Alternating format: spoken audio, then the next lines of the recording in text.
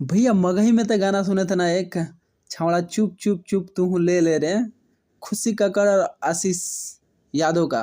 भाई उसका रिमिक्स 2 आ गया, छावड़ा चुप चुप चुप 2। एक गाना जबरदस्त है भाई, मगही में गाना है छावड़ा चुप चुप चुप तू ले ले रे।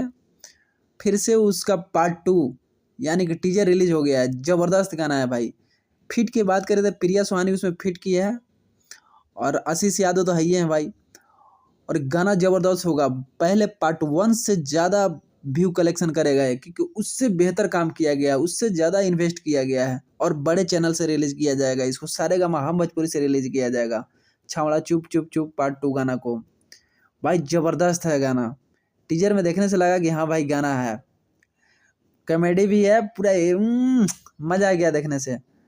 और भाई मगही का नाम फर्स्ट टाइम देखें आशीष यादव का, ये गाना वीडियो छावड़ा चुप चुप चुप 1 फुल वीडियो देखे पहली बार, उससे पहले मगही का नाम नहीं सुनते थे, रियली बता रहे हैं भाई।